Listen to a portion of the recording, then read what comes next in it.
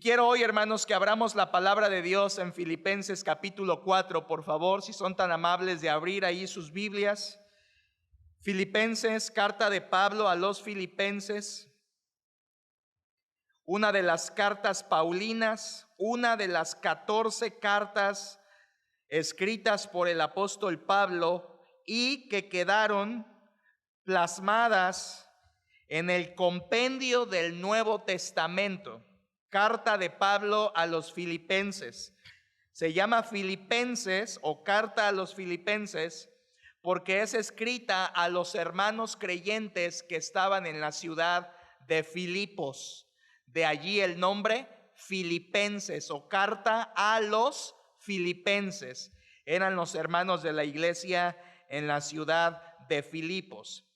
En esa porción vamos a leer en un momentito más, hermanos, téngala ahí marcada, por favor, porque es nuestro pasaje base. Sin embargo, vamos a ir a otras porciones de la Biblia.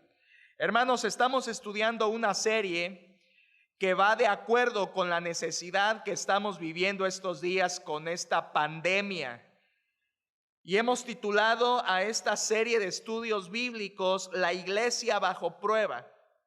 La Iglesia bajo prueba, analizando cada una de las áreas que esta prueba está examinando en nuestras vidas y cómo es que Dios, permitiendo esta prueba, está examinando diferentes áreas de nuestra vida. Y hemos visto algunas. Hoy, hermanos, quiero iniciar diciéndole que Dios quiere hacer dos cosas con nosotros en esta situación que estamos viviendo.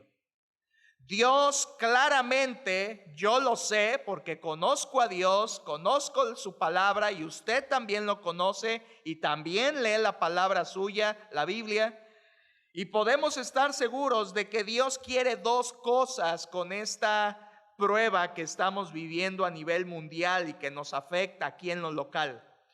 Dios quiere, número uno, enseñarnos algo. Dios a través de estas circunstancias va a estarnos enseñando lecciones importantes, lecciones espirituales, lecciones en la familia, lecciones de vida, lecciones de nuestro matrimonio, de nuestra vida personal y por supuesto lecciones a nuestra iglesia, sin duda. Lo primero que Dios quiere es enseñarnos algo, y lo segundo, tan cierto como lo primero, es que Dios, con esta dificultad, esta tribulación momentánea que estamos viviendo, Dios quiere también transformar algo en nosotros. ¿Se ha dado cuenta ya de las enseñanzas que Dios le quiere dar y de lo que Dios le quiere transformar, cambiar en nosotros? Como estoy seguro de esto que acabo de decir, porque así es nuestro Dios y toda prueba es para enseñarnos, hacernos madurar, crecer y avanzar. Por lo tanto, estamos estudiando temas que nos ayudan a responder en la prueba como Dios quiere. Hoy, hermanos, quiero continuar con el tema que di el miércoles pasado, que se llama la economía bajo prueba. Y empezamos a hablar del área económica, del área financiera, del área que en cada hogar en estos días estamos pensando. Algunos quizá ya al borde de la preocupación, pero que sin duda es un área que Dios está probando, las finanzas nuestras, las finanzas familiares. Dios está probando esa área en nosotros y creo, hermanos, con toda certeza que la Biblia nos da verdades, principios que nos guían para saber cómo superar esta prueba económica también, tomados de la mano de nuestro Dios. Así que lo que estamos estudiando en este tema de la economía bajo prueba son actitudes para enfrentar las crisis económicas. ¿Qué actitud debe tener un cristiano? ¿Qué cara le debe poner un cristiano cuando se nos viene o se nos avecina una crisis financiera, que yo no sé el grado del cual será esa crisis, no sé cuánto se extenderá, pero lo que sí es que será una crisis, y no le tenga temor a esa palabra. No estoy diciendo que será el acabose del mundo y que vamos a padecer hambre, no estoy diciendo eso, pero ya es una crisis, hermanos. El simple hecho de que los empleos cesen, los comercios cierren y que estemos viviendo lo que estamos viviendo, ya eso implica de por sí una crisis económica. Así que la Biblia nos da, gracias a Dios por la Biblia, hermanos, porque no hay piedra que no levante la Biblia. Tema que le preguntes, tema que la Biblia te contesta. Y por eso predicamos la palabra de Dios, y en esta noche la Biblia nos va a hablar acerca de principios o actitudes, mejor dicho, actitudes para enfrentar las crisis económicas. Filipenses capítulo 4, ya se dio lectura de la porción del contexto, y ahora quiero que leamos ahí en nuestros hogares cada uno, y aquí Filipenses 4:10 en adelante, hermanos. Por favor, es nuestra base bíblica y tenemos que darle una buena lectura a esta porción. Todos, por favor, síganme ahí en sus casas, y los hermanos que estamos aquí también.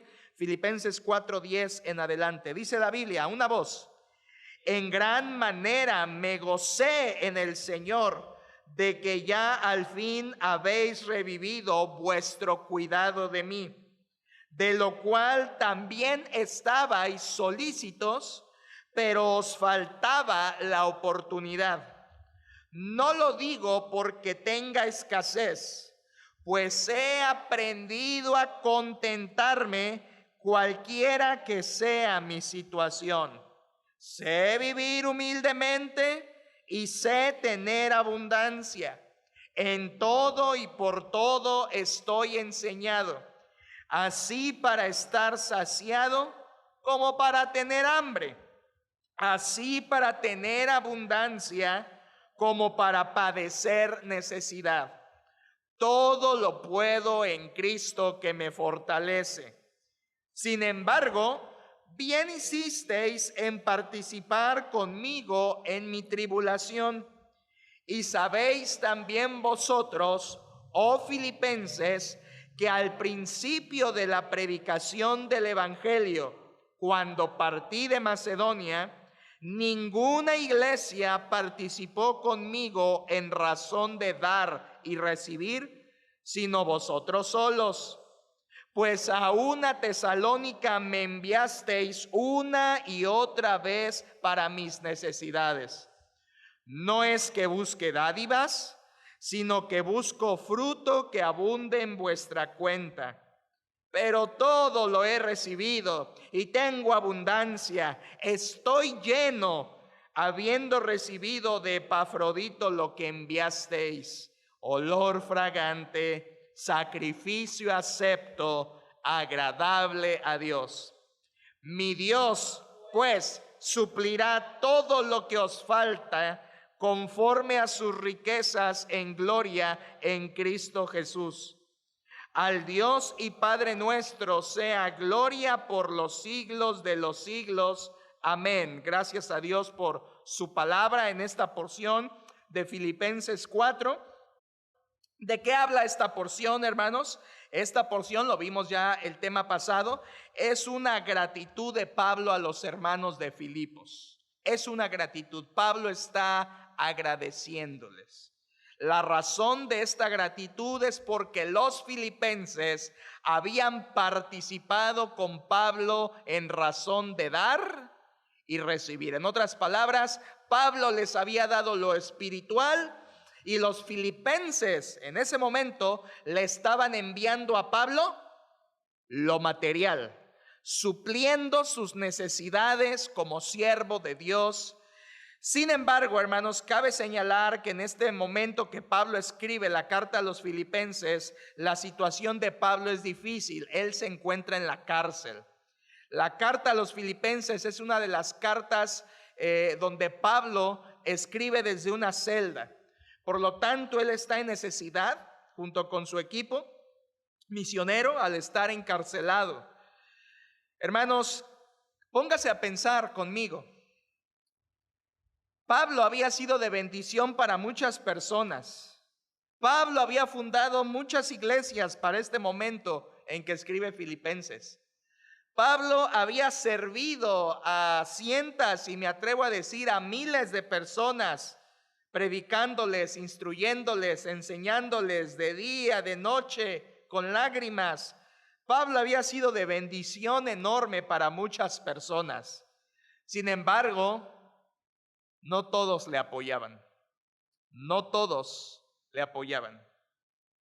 Hermanos, ¿cómo se sentiría usted si usted fuera alguien o es alguien que beneficia a otras personas, ayuda, hace bien a otros, les sirve, suple o trata de servir las necesidades de otros? ¿Y cómo se sentiría si usted, siendo así generoso, amable y servicial, cómo se sentiría que cuando usted pase por una situación de necesidad, aquellos a los cuales usted le ha servido le dieran la espalda? ¿Cómo se sentiría usted?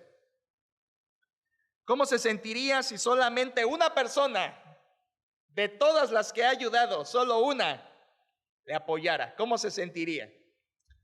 Algunos dirían, no, pues decepcionado porque pues yo di y no recibí.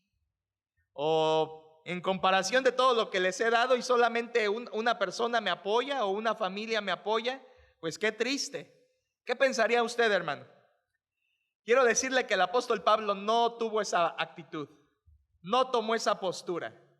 Aunque Pablo no estaba siendo apoyado, sin embargo, hermanos, cuando la ofrenda de los filipenses le llega al apóstol Pablo por mano de Epafrodito, que se menciona ahí, que fue quien llevó personalmente la ofrenda hasta la cárcel de Pablo, y que también Epafrodito fue el que regresó a Filipos con la carta, con esta carta en su mano, a modo de gratitud a los hermanos de Filipos.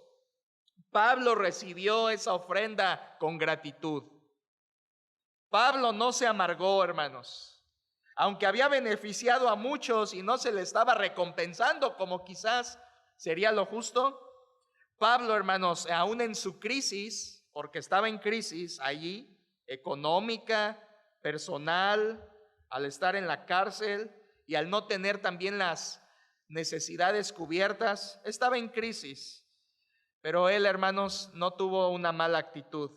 En cambio, vemos que él practicó actitudes espirituales, actitudes cristianas, que tomó las cosas, que tomó la crisis de una manera espiritual y madura, que tomó sus carencias, que tomó sus tribulaciones, porque habla ahí de que ellos habían participado con él en sus tribulaciones. Pablo, aunque estaba en estas tribulaciones, tuvo actitudes correctas, hermanos. Y yo le quiero invitar a que estos días tengamos estas mismas actitudes de Pablo, que tienen que ver con nuestra economía, con nuestra situación financiera y esta crisis que estamos ya viviendo.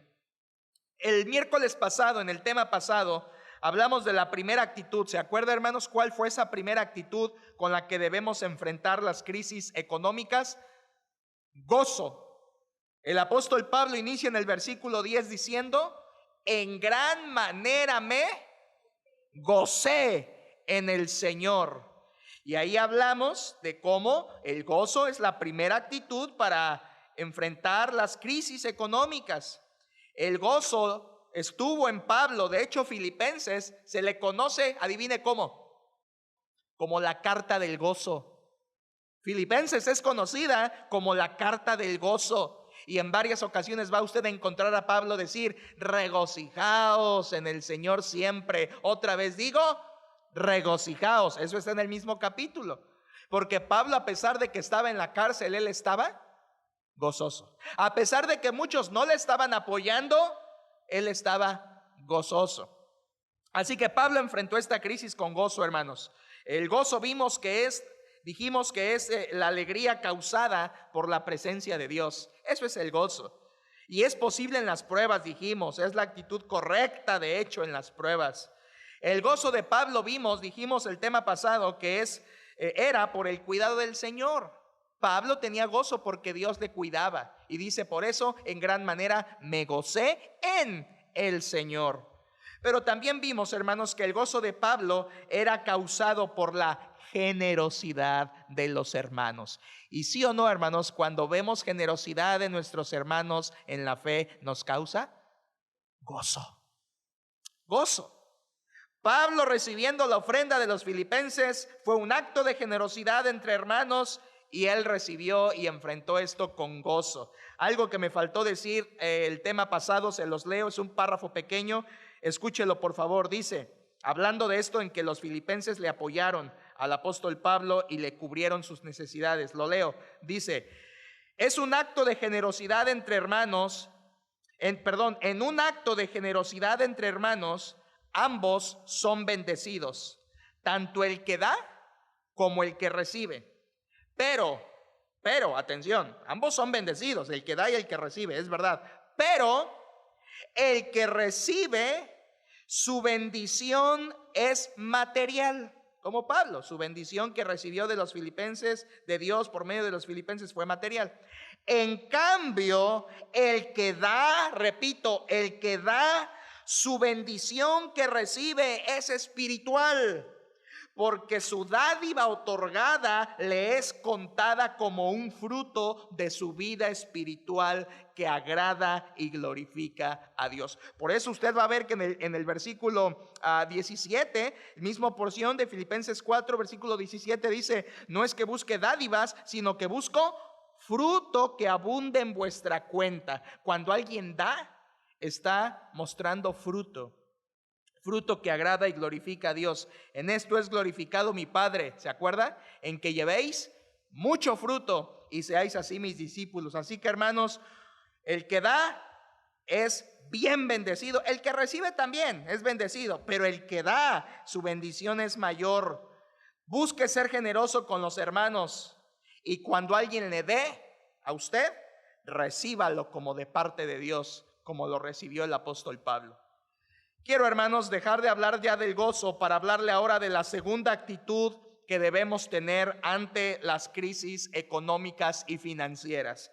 Y esa segunda actitud está en el versículo 11. Así que vamos a leer todos juntos versículo 10 y 11 para agarrar contexto y hablar de la segunda actitud que vamos a estudiar. Dice, hermanos, 10 y 11, todos juntos. En gran manera me gocé en el Señor de que ya al fin habéis revivido vuestro cuidado de mí, de lo cual también estabais solícitos, pero os faltaba oportunidad. No lo digo porque tenga escasez, pues he aprendido a contentarme cualquiera que sea mi situación. Hasta ahí, repito, el 11 dice, no lo digo porque tenga escasez, pues he aprendido a contentarme cualquiera que sea mi situación. Hermanos, ¿qué actitud encuentra usted que tuvo Pablo según ese versículo? ¿Ya lo encontró en casa? Aquí ya lo encontraron, ya me lo dijeron. ¿Qué actitud tuvo Pablo según el versículo 11? Ahí le va de nuevo. No lo digo porque tenga escasez, pues he aprendido a contentarme cualquiera que sea mi situación. Hermanos amados, segunda actitud con la que debemos enfrentar las crisis es contentamiento, o con contentamiento, o en contentamiento. Es la segunda actitud, hermanos, contentamiento. Y alguien dirá, ya sé, pastor, ya sé qué es esto del contentamiento de lo que vas a hablar, ya lo sé. A ver, hermano, ¿cuál es el contentamiento? El contentamiento es decir, pues ya que nos queda, ¿verdad? Ya, tengamos contentamiento, no hay de otra, ¿verdad? Es aquella frase como el que dice, pues aquí nos tocó vivir, como diciendo, no nos quedó de otra, ¿sí? Hermanos, eso no es contentamiento. Cuando alguien tiene esa actitud que estoy ejemplificando de pues ya que nos queda, pues está la crisis, me corrieron, pues ¿qué quieres que haga? ¿Qué nos queda? Ni modo. Unos dicen, ni qué hacerle. Bueno, eso no es contentamiento. ¿Sabe cómo se le llama eso? Se le llama resignación. Resignación. Es el que dice, pues ya qué, ni para dónde hacerme. Eso no es contentamiento. De hecho, esta actitud es muy distinta y casi opuesta al verdadero contentamiento que le quiero hablar en esta noche. Ciertamente, hermanos, el contentamiento tiene que ver con lo material, con las cosas materiales. Así que, hermano, abra su corazón, deje que Dios lo llene con su palabra. Hoy quiero que vayamos a descansar, meditando y clarificando bien lo que significa en su vida y en mi vida el contentamiento. Definición de contentamiento para que partamos de un sitio. ¿Qué es el contentamiento? Aquí tengo esta definición, escúchela. Contentamiento, 2 puntos. Estar satisfecho con lo que tengo y no solamente estar contento con lo que tengo, sino también disfrutarlo. Disfrutarlo. Le va otra vez completa la definición. ¿Qué es contentamiento? Es una virtud, es una actitud que debemos tener, que viene de Dios, es una actitud correcta en las pruebas. Y aquí le viene la definición de contentamiento: estar satisfecho con lo que tengo y disfrutarlo. Hermanos, el contentamiento no añora lo que teníamos antes, no. El contentamiento no es el que dice: uy, ¿te acuerdas cuando teníamos trabajo? Qué tiempos aquellos, ¿verdad? ¿Te acuerdas? Eso no es contentamiento. El contentamiento no se lamenta por lo que ha perdido. Ya perdí mi trabajo. Mira, hace un mes estaba yo comiendo carne y mira hoy estos platos de frijoles, lamentándose, ¿verdad? Eso no es tener contentamiento. El contentamiento no se lamenta de lo que ha perdido o de lo que le han quitado. El contentamiento, hermanos, déjenme tomar prestada una definición que estudiaron sus niños en nuestras clases de Ministerio de Educación Cristiana hace un par de meses. Contentamiento es decidir ser feliz con lo que tengo. ¿Qué le parece, hermano? ¿Tiene usted contentamiento? En otras palabras, ¿está satisfecho? ¿Está feliz con lo que tiene y lo está disfrutando? Ese es el verdadero contentamiento. No es el que se resigna y dice: pues no habiendo de otra, me aguanto. No, eso es resignación. Pero contentamiento es disfrutar. Contentamiento es estar satisfecho. Contentamiento es aceptar felizmente lo que Dios nos da y además decir: y no solamente tengo esto de Dios, sino que también lo disfruto. Me agrada, me satisface. Una actitud insatisfecha habla de un corazón descontento. ¿Ha conocido usted a personas descontentas todo el tiempo? Insatisfechas. ¿Le das esto? No es lo que quería esto otro. No, pero no era así, ¿verdad? Todo el tiempo insatisfechos, sin contentamiento. Hermanos, hablar de este tema es hablar de lo material, hablar de esa área que estamos tratando. Dice Proverbios 15:15, no lo busque. Proverbios 15:15 dice la Biblia: todos los días del afligido son difíciles. Mire qué verdad tan clara. Escúchela: todos los días del afligido son difíciles. Pero ahí no termina el texto. Dice después: mas el de corazón contento tiene un banquete continuo. Mire qué preciosa verdad de Proverbios 15:15. Lo leo otra vez para que asiente en el corazón. Dice: todos los días del afligido, entiéndase del preocupado, del afanado, del que se está angustiando. Todos los días del afligido son difíciles. Los que están: ¿qué vamos a comer mañana? ¿Cómo le vamos a hacer? ¿Cuánto va a durar? El apoyo del gobierno, ¿cuándo va a llegar? Ya llegó al vecino y a mí no. El afligido, dice la Biblia, todos los días son difíciles. Pero, dice el texto, el de corazón contento tiene un banquete continuo. Es decir, que disfruta, que se goza, que se deleita en lo que Dios le da.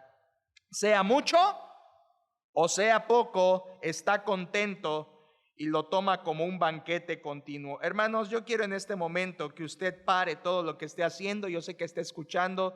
Pare todo pensamiento y haga el siguiente ejercicio. Yo sé que todos estamos o hemos o perderemos algo en estos días, hablando económicamente. Pero pause su vida en este momento. Voltee a ver a su alrededor, hermano.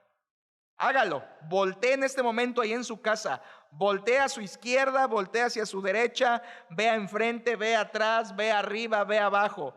¿Qué ve, hermano? Por favor, ayúdeme. ¿Ve a algún familiar? ¿Ve familia? ¿Ve una televisión? ¿Ve un techo? ¿Ve un sofá? ¿Ve una cama? ¿Ve una hamaca? ¿Ve una cocina? ¿Ve un techo bien de material? ¿Ve unos hijos sanos? ¿Ve un ropero lleno? ¿Ve una esposa? ¿Ve un esposo? ¿Ve a su hogar? ¿Ve los bienes materiales que Dios le ha dado? Yo le pregunto, hermano, ¿realmente estamos sufriendo en estos días? ¿O simplemente no estamos disfrutando lo que sí tenemos, pensando en lo que no tenemos? El contentamiento, hermanos, nos ayuda a disfrutar lo que sí tenemos. Y por favor, vea a su esposa, a sus hijos vean a sus papás. Es una bendición tenernos, tener un hogar, un techo, un cuartito, un lugar donde descansar, tener la salud del cuerpo, tener el cobijo de una familia, tener el respaldo de una familia, tener una iglesia que ora por ti. Hermano, disfruta lo que Dios te da. Deja de estar pensando en lo que hemos perdido, en lo que no tenemos o en lo que hubiéramos tenido. Ya basta de eso. Aprendamos como Pablo el contentamiento. Quiero decirle algo más. El contentamiento es una actitud espiritual. ¿Qué quiere decir eso? Que nunca va a provenir de su carne. De la carne va a venir todo lo malo, pero del Espíritu Santo va a venir el contentamiento. Dios lo va a poner en nosotros cuando nos entregamos al control del Espíritu Santo. No va a venir de por sí, sino cuando le pedimos a Dios y nos entregamos al control de su Espíritu Santo, el contentamiento puede estar presente en nuestras vidas. Y es la actitud que debemos tener en las crisis como lo estamos viviendo. Ahora, hermanos, temo decir que los cristianos estamos faltos de contentamiento. Estamos faltos de contentamiento. Y esta prueba puede ser que esté manifestándolo más en mayor magnitud. Por eso quiero que leamos versículo 11 y arranquemos con dos cosas que les quiero compartir muy sencillas, tres cositas muy sencillas. Versículo 11, una vez más, hermanos, todos juntos, ¿qué dice? No lo digo porque tenga escasez, pues he aprendido a contentarme cualquiera que sea mi situación.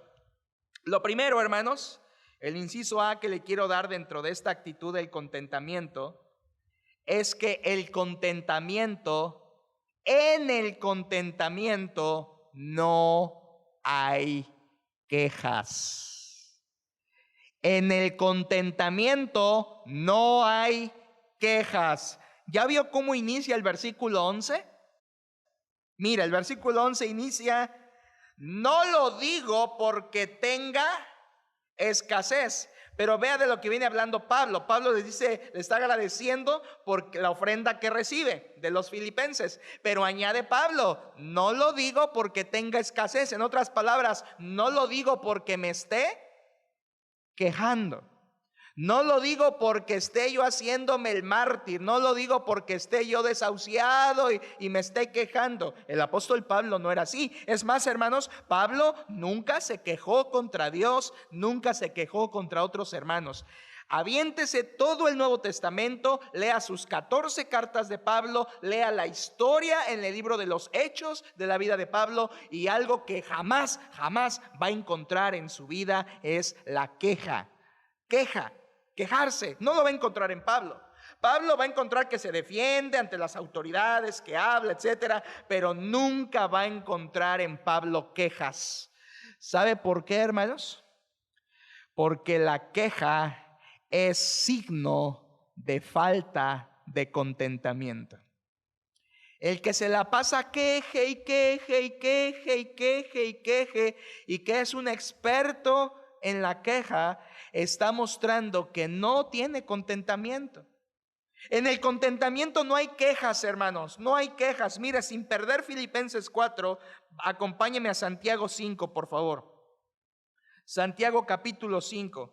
versículo 9. Santiago 5:9. Por favor, ahí con sus Biblias, rapidito, ayude a sus niños y leamos Santiago 5:9. Todos juntos, hermanos. Dice la Biblia en Santiago 5:9. Adelante. Hermanos, no os quejéis unos contra otros, para que no seáis condenados. He aquí, el juez está delante de la puerta. El inicio del texto, ¿cómo dice? Hermanos, no os quejéis unos contra otros. Como dice, hermanos, el mandato de Dios, no os quejéis. A veces estamos inventándole versículos a la Biblia, ¿verdad? Y decimos, no lloréis, ¿verdad? No, y le inventamos textos, pero quiero decirle que no os quejéis, sí está en la Biblia. Sí está en la Biblia. No os quejéis. Hermanos, la queja es una demostración de falta de contentamiento. Y ahí Santiago, en Santiago 5, nos está diciendo que es un mandato directo de Dios. No te quejes. Ahora, hermanos, ¿de qué se quejan los cristianos? Yo sé que la queja es una muy mala costumbre. Pero esta noche quiero invitarle a meditar conmigo de qué se quejan los cristianos. No usted, porque usted no se queja, ¿verdad? Ni su familia, ni nuestra iglesia. Pero ha de haber cristianos que se quejan en algún lugar de este universo. Yo le invito a que hoy me acompañe a meditar en de qué se quejan los cristianos comúnmente. A ver, ahí en su hogar, hermanos. Piensen, ahí en su hogar, den algunas respuestas. ¿De qué se quejan los cristianos comúnmente? Doy unos segunditos, contesten ahí en sus hogares. ¿De qué se quejan los cristianos comúnmente? ¿Ya encontró algunas respuestas? ¿De qué se quejan otros? Yo aquí le traigo algunas cosas por las que un cristiano muchas veces se queja. Primero, el cristiano se queja porque nunca me alcanza. Es que nunca me alcanza el dinero. Es que no hay sueldo que me alcance. ¿Ha oído a cristianos decir nunca me alcanza? Hablando del dinero, de su quincena, de su mensualidad, de su apoyo, de su sueldo. Nunca me alcanza. Ahí están los cristianos quejándose toda su vida de que nunca le alcanza el dinero. Y es su queja, y a veces hasta lo maquillan, ¿verdad? Hermanos, yo doy gracias a Dios en las gratitudes. Hermanos, yo doy gracias a Dios porque Dios siempre nos suple, ¿verdad? Y pues aunque la verdad no me alcanza con el trabajo que tengo, pero gracias a Dios. Y ahí entre su gratitud metió su queja. La queja de nunca me alcanza es muy común. Otra, hermanos, se quejan del trabajo que tienen. Ay, es que este trabajo que me tocó, este trabajo en el que estoy, y se la viven quejándose de su trabajo, tanto que lo hacen una carga en sus vidas. ¿Ha conocido a cristianos así, que se quejan de su trabajo? Otra, hay cristianos que se quejan hasta de dónde les tocó vivir. Y dicen, yo no sé qué hago aquí, yo debía haber nacido en Italia, ¿verdad? Yo debía haber nacido en Noruega, yo debía haber nacido en Estados Unidos. No sé qué vine a hacer cayendo acá, Y algunos hasta localmente, no, yo no soy de aquí, yo soy de allá, porque allá y estamos descontentos en el lugar donde vivimos. Hasta de dónde vivimos podemos estar quejándonos, hermanos. Yo agradezco a Dios por este lugar, la isla de Cozumel, donde jamás en mi vida pensé vivir, pero glorifico a Dios porque estoy mejor aquí que en cualquier otro lado. Gracias a Dios. Eso es estar contento, hermanos. Y hay gente que se queja, ¿verdad? Dicen, quisiera vivir en una ciudad. Y los que viven en ciudad, quisiera vivir en provincia. El chiste es que nunca lo satisfacen. Son quejumbrosos, hermanos. Otro más, la gente se queja del cónyuge. Señor, este hombre que tú me diste, Señor, la mujer que tú me diste. Y viene la queja contra el marido, contra la esposa, y es una queja que los hijos dirían, esa canción ya me la sé. ¿Te quejas de tu cónyuge? Queja. Escúchalo, en el contentamiento no hay quejas. Pablo no se quejó. Si quieres estar contento, hermano, echa de ti las quejas. Los cristianos también se llegan hasta a quejar, los padres contra los hijos contra los padres. Es que mis papás son así, es que mis hijos son así, y viene la queja uno contra otro. Por ahí, hermanos, quizá en alguna iglesia, no creo que en la nuestra, pero habrá cristianos que se quejan porque dicen es que los cultos son muy largos. Y ahí viene la queja, ¿verdad? La queja. Yo no estoy hablando de usted, pero quizá habrá cristianos que dicen, qué bárbaro, los cultos son larguísimos y ahora en línea más. Viene la queja. También hay cristianos que se quejan de la iglesia, de cómo se hacen las cosas, de cómo se administra, de cómo se llevan las cosas en la iglesia, y puede haber queja y hasta murmuración. Y también la Biblia habla, no solo no os quejéis, la Biblia también dice, no murmuréis. Y también Pablo dijo, nada hagáis por contienda. Ese es el pleito, ¿verdad? Que hay cuando hay murmuración, división, descontento. Nada hagáis por contienda. Hermanos, a veces los cristianos nos estamos quejando hasta de la iglesia, de que si hacen o si no hacen, o de cómo hacen las cosas. El cristiano se queja del gobierno. ¿Ha oído? Del gobierno. Se quejan. Y miren, hermanos, los mexicanos somos tan expertos que hasta nos podemos quejar sin decir palabras. ¿Sí o no? Cuando pasa algo que no nos gusta, y en vez de quejarnos con palabras, nada más le hacemos ¿sí o no, hermanos? Somos tan ágiles para lo malo que podemos hasta quejarnos sin palabras. Nada más le hacemos ya algo no nos gustó.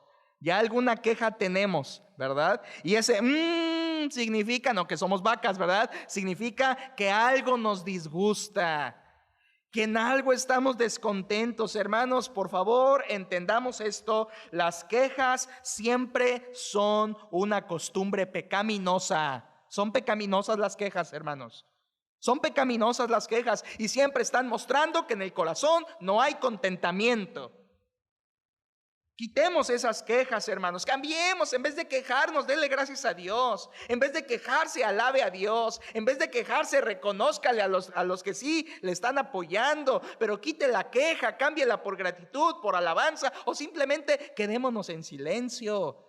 Pero quitemos la queja de nuestra boca. No agrada a Dios y muestra que somos faltos de contentamiento. Miren, hermanos, cuando nos quejamos y nos quejamos y nos quejamos y nos quejamos, ¿a quién nos estamos pareciendo?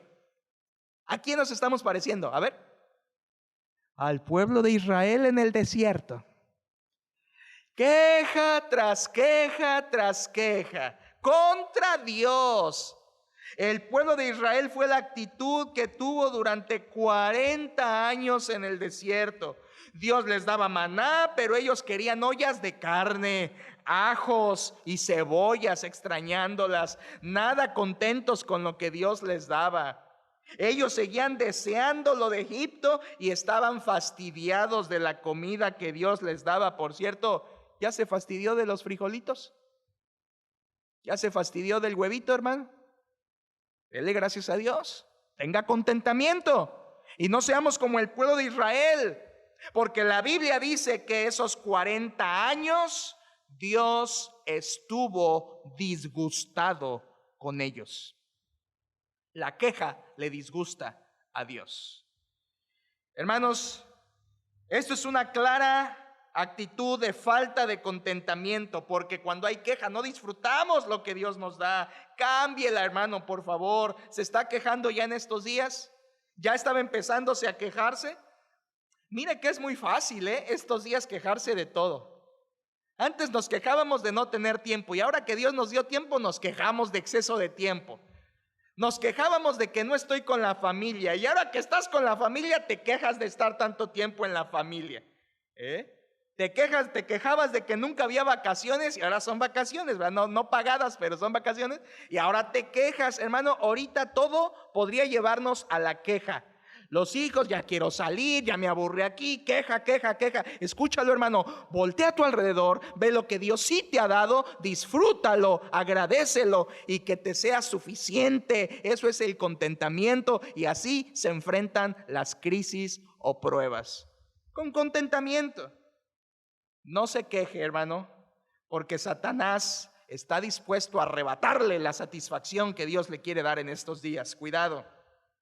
El contentamiento echa fuera las quejas. Hay una segunda cosa que quiero ver, letra B, hermanos, y es en el mismo versículo 11, dice la Biblia, el apóstol Pablo: no lo digo porque tenga escasez, pues he aprendido a contentarme cualquiera que sea mi situación. Hermanos, según ese texto, ¿cómo se adquiere el contentamiento? ¿Cómo se adquiere? Revíselo. Según ese texto, ¿cómo se adquiere el contentamiento? Mira, hermano, el contentamiento no se adquiere por medio del conocimiento intelectual. O sea, si tú estudias mucho y lees mucho tu Biblia y tomas fundamentos y ves el video 7 veces o 70 veces 7, no por eso ya vas a tener contentamiento, porque no se adquiere a través del estudio o del conocimiento intelectual. El contentamiento tampoco se adquiere por la enseñanza de unos a otros. O sea, papá, tú no le puedes enseñar a tu hijo contentamiento. Es diferente, por ejemplo, la fe. La fe sí la puedes transmitir a tus hijos, el contentamiento no se adquiere así. Tampoco se aprende con una predicación o un video. El contentamiento no se aprende no se adquiere con una predicación, hermanos. Ahí está en el versículo la manera en que podemos obtener el contentamiento. Dice el versículo 11: no lo digo porque tenga escasez, pues he aprendido. Y luego en el versículo 12 dice: sé. ¿Por qué lo sé? ¿Por qué decía Pablo sé? Porque lo había aprendido. Y luego dice en el mismo versículo 12: sé vivir humildemente, sé tener abundancia. Y luego abajo dice: en todo y por todo estoy enseñado. Hermanos, letra B, el contentamiento se aprende. El contentamiento se aprende. Ahora, no lo aprendes del pastor, no lo aprendes de tus padres, no lo aprendes de otras personas. Es lo que es muy especial del contentamiento, hermanos. El contentamiento es una lección que solo se aprende a través de la experiencia propia, de vivirlo en carne propia. El contentamiento, hermanos, se aprende de vivir diferentes situaciones en la vida, a veces de escasez y a veces de abundancia. Solo así se aprende contentamiento, cuando experimentas ambas situaciones de escasez y de abundancia. Aquel que ha vivido ambas situaciones y que de ambas ha salido victorioso, ¿sabes qué produce eso en él? Aprende contentamiento. Miren, hermanos, lo tenemos mucho nosotros con nuestros hijos. Usted le da a sus hijos, ¿verdad?, un huevito revuelto, unos frijolitos ahí machacados, su huevito al lado y una quesadilla, ¿verdad?, o yo qué sé, y lo ve su hijo y dice: ¿y la carne? ¿Y qué le decimos a nuestros hijos muchas veces? Ay, es que tú no has sufrido. Y en parte eso es cierto, y en parte eso es muy sabio. ¿Sabe por qué un hijo o una persona, quien sea, desprecia cierto platillo? Porque no ha experimentado la carencia verdadera. Porque cuando experimenta la carencia verdadera, sabrá valorar aún aquello que decía antes: no me gusta. Yo recuerdo, hermanos, en mis años de instituto, y mi esposa me va a dar la razón en esto, fue para mí, ahora quiero aclarar, yo no estoy diciendo que soy un ejemplo de contentamiento, no lo soy, estoy aprendiéndolo así como usted, y no me pongo como el ejemplo a seguir en contentamiento, pero creo, hermanos, que una temporada de mi vida donde Dios me quiso enseñar contentamiento fue en mi época del instituto.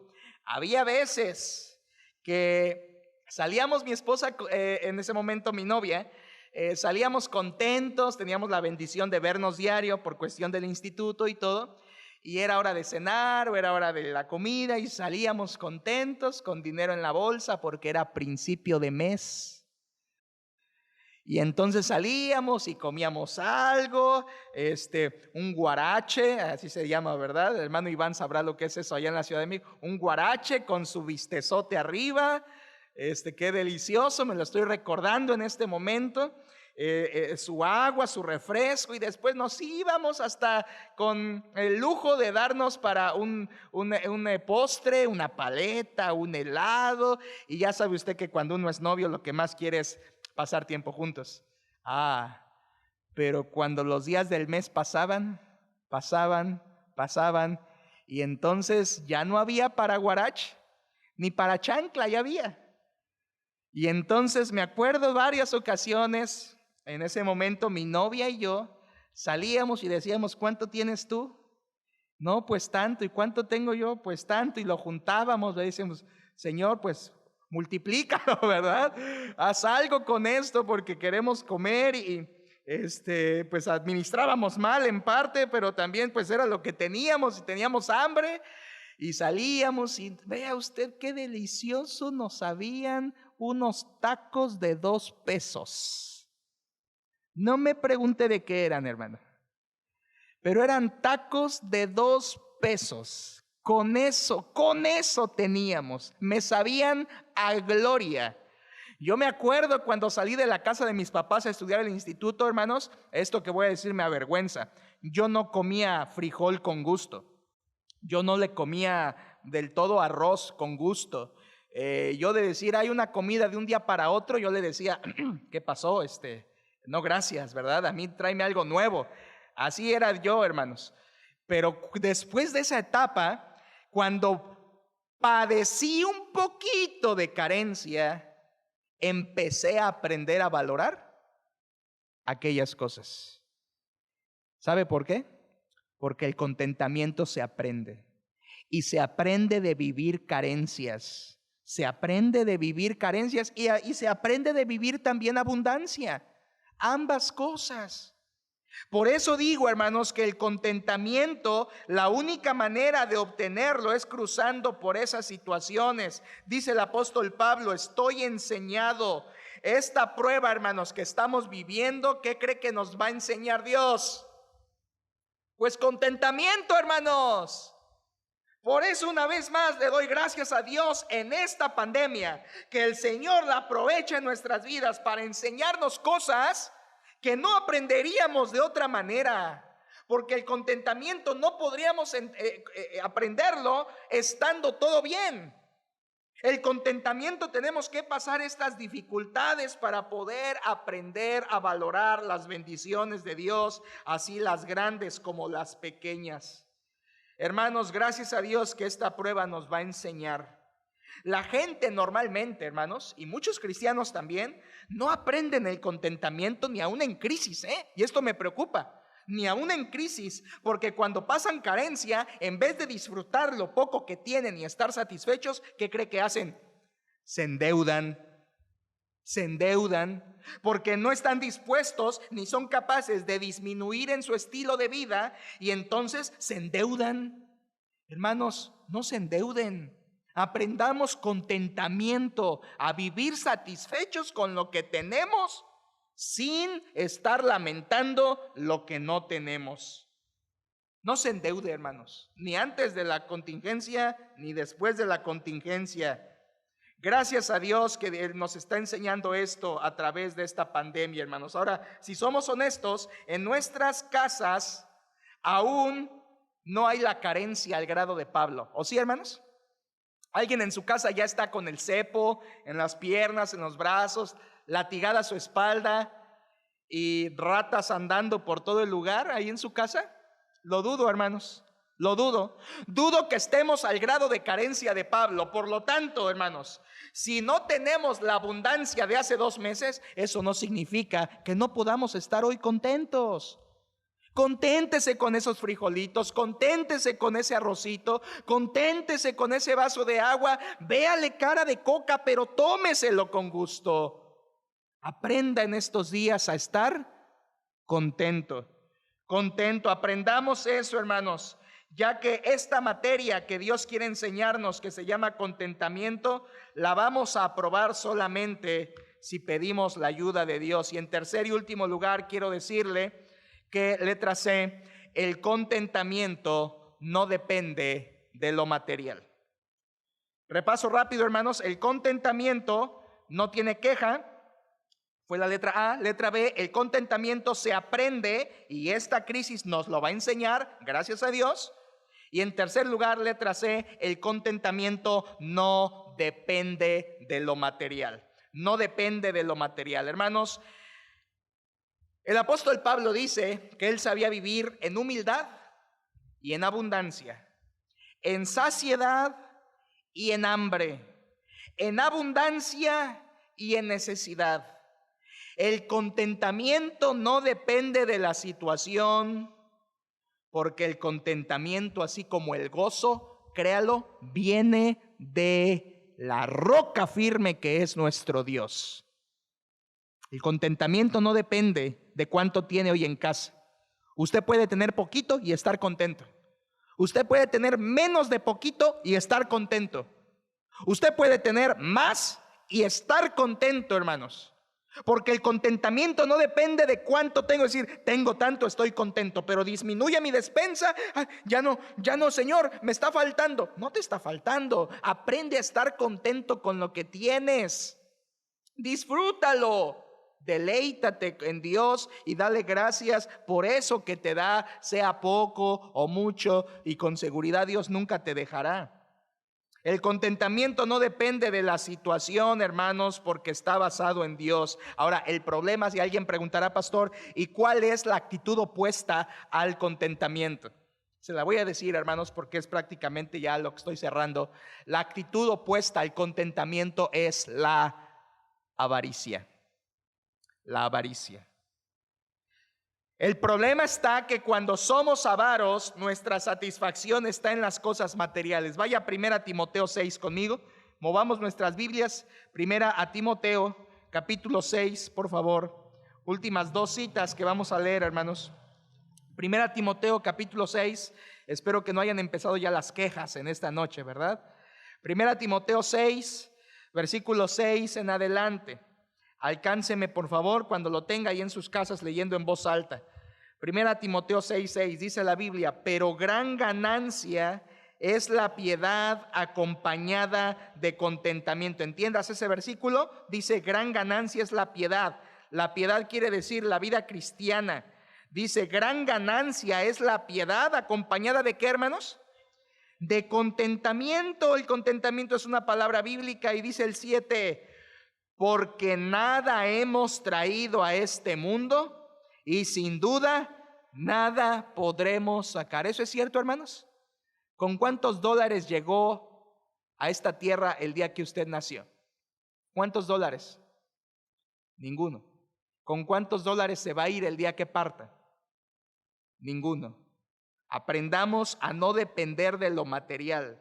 Y si acaso había 2 o 3 que su contentamiento estaba en los dólares, hoy que Dios los quita, dele gracias a Dios. Y dígale, Señor, gracias, porque me estás enseñando contentamiento. Versículo siguiente, versículo 8, dice, así que, teniendo sustento y abrigo, estemos contentos con esto. Léalo en su casa conmigo, hermanos. Este es un texto supremo. Todos juntos dice, así que teniendo sustento y abrigo, estemos contentos con esto. ¿Qué dice que debemos tener para estar contentos? Da 2 cosas, es sustento y abrigo para estar contento. Hermano, ¿qué entiende usted por sustento y abrigo? Usted por sustento y abrigo entiende coche a la puerta, 20 pares de zapatos, 5 vestidos de gala. ¿Eso entiende usted por sustento y abrigo? No. ¿Qué entiende usted por sustento y abrigo? Dígamelo. ¿Comida? ¿Ropa? ¿Techo? Comida, ropa y techo. Hermano, ¿tiene estas 3 cosas hoy? ¿Tiene estas 3 cosas hoy, hermano? Esté contento entonces. No, pero es que hace 3 meses yo tenía más y mi caja de ahorros estaba así.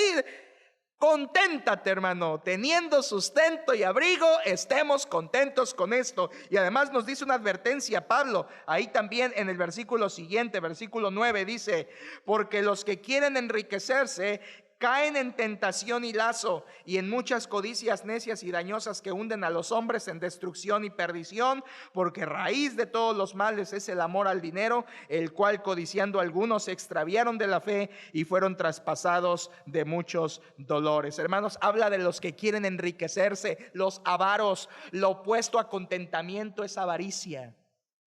Amor a lo material, amor al dinero, amor a querer enriquecerse. Hermano, si hoy usted tiene sustento y abrigo, esté contento. Y si no tuviera ni sustento ni abrigo, entonces yo le invito, tenga la humildad de comunicarlo. Porque hay hermanos de nuestra iglesia que a mí personalmente me han dicho: pastor, estamos listos para apoyar, dispuestos en el momento que usted nos lo diga o nos indique cómo o a quiénes. Pero hermanos, lo que no se habla, no se sabe. Así que si hubiere hoy alguien que ya está sin sustento y sin abrigo, pues compártalo, porque hay un grupo de hermanos, de familias. Hoy me acaba de llamar otra familia para decirme: pastor, cuente conmigo para si alguna necesidad hay en los hermanos, mi familia estamos dispuestos a apoyar. Hermanos, yo quiero pensar que esta prueba nos va a ayudar a aprender contentamiento y que nadie se va a extraviar. Pero yo le quiero preguntar, usted hermano que está ahí, esta pregunta se la he querido hacer desde estos días pasados: cuando acabe esta pandemia, ¿usted va a seguir en el camino del Señor? Cuando acabe esta situación, ¿usted va a seguir en la iglesia? Y si esta situación empeorara, ¿usted va a seguir en la iglesia? ¿Va a seguir buscando a Dios, hermano? ¿Cuántos desertarán del camino de Dios por causa de esta pandemia? Aquellos que no tuvieron contentamiento. ¿En qué tenía su contento antes de la contingencia? ¿Cuál era su satisfacción antes de la contingencia? Hermanos, deje que Dios sea. La Biblia dice en Salmo 16:11 que hay delicias a la diestra de Dios para siempre. Satisfacción. Hermanos, cerremos por favor en pie y en sus hogares en Hebreos 13, por favor. Carta a los Hebreos, que por cierto también yo creo que le escribió Pablo. Carta a los Hebreos, capítulo 13, por favor. Carta a los Hebreos, de pie para que la leamos ya finalizando. Carta a los Hebreos 13, versículo 5. Y este es el versículo que yo quería llegar.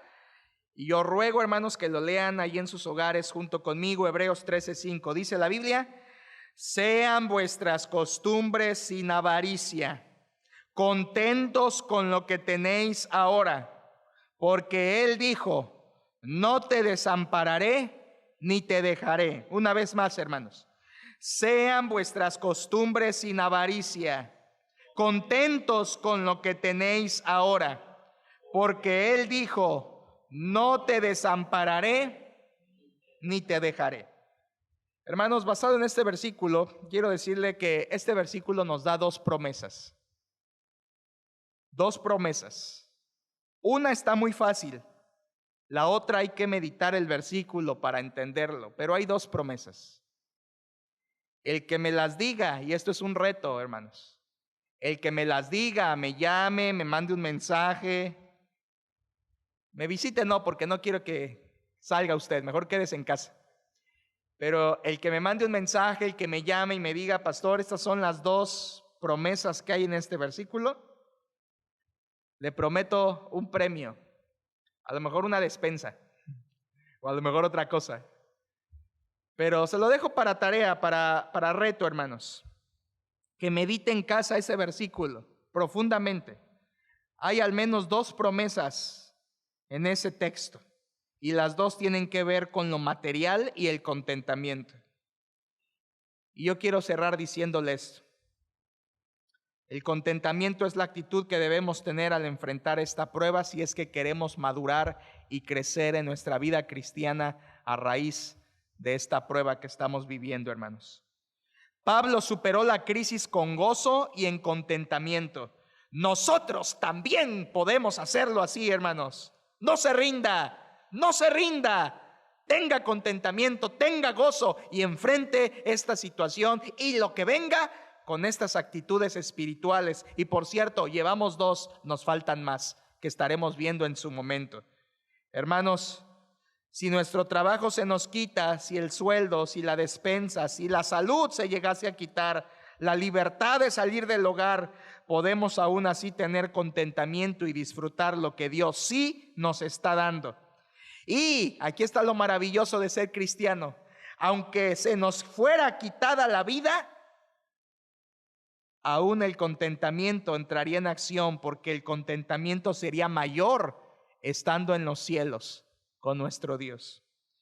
Hermanos, si ustedes de los que ya estaban teniendo una actitud áspera en estos días, aburrido, cansado, quejándose de todo, insoportable, y ya estaba irritándole todas las cosas, pida perdón a Dios por esas malas actitudes y sustitúyalas por buenas actitudes como esta: gozo y contentamiento.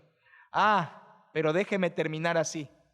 Estas actitudes no van a venir por sí solas, ni van a manifestarse si yo no estoy acudiendo continuamente a estar en comunión con Dios.